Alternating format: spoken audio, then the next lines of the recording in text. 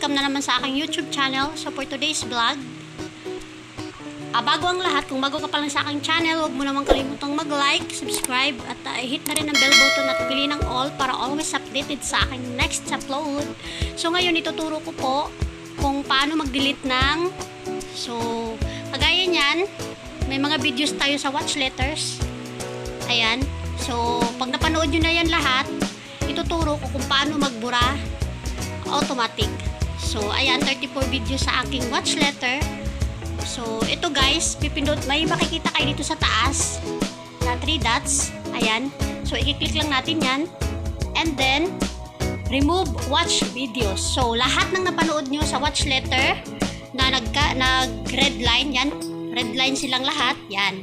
So mabubura po siya na automatic, isang pindot mo lang. So yan, remove watch videos. Click and then remove. So ngayon guys, makikita nyo wala nang videos dito sa ating watch letter. So no videos. So dito naman tayo sa taas. Ayan, dito naman sa history guys. Ayan, pindutin lang din natin history. Ayan, so lahat ng mga videos na pinapanood nyo, automatic nakikita po sa history. So ganun din ang gagawin natin. Punta tayo sa 3 dots sa taas. Ayan, click. And then clear controls. History controls. Yan. Click.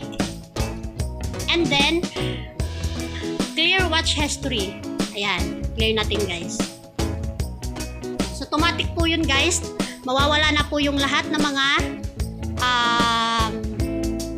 napanood yung history, napanood yung mga videos. Automatic po yun. Magki-clear po yan lahat. Yan. Ano lang.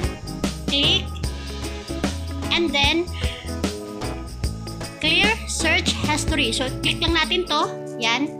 And then, clear search history. And then, makikita natin doon, yung mga sinesearch mo pala yun guys. Yan. Natin. Ayan, refresh. Ayan. So, wala na siya guys. So, pipindutin natin yung history. So, nakikita nyo guys, list has no video. So, lahat po yung napanood nyo, lahat yung mga sinesearch nyo, nawawala. Kasi pinipindot nyo yung history controls, yung clear watch history, clear search history. So wala na siya guys. So kahit dito searching nyo, ayan, wala na din dyan na lahat na nawawala na siya. So ayan, sa watch letter, yeah, wala na rin guys. So I hope may natutunan kayo sa aking videos. At kung bago ka pa lang sa aking channel, huwag mo naman kalimutang mag-like, subscribe, at i-hit na rin ang bell button at pili ng all para always updated sa aking next upload. Maraming salamat guys. Bye-bye!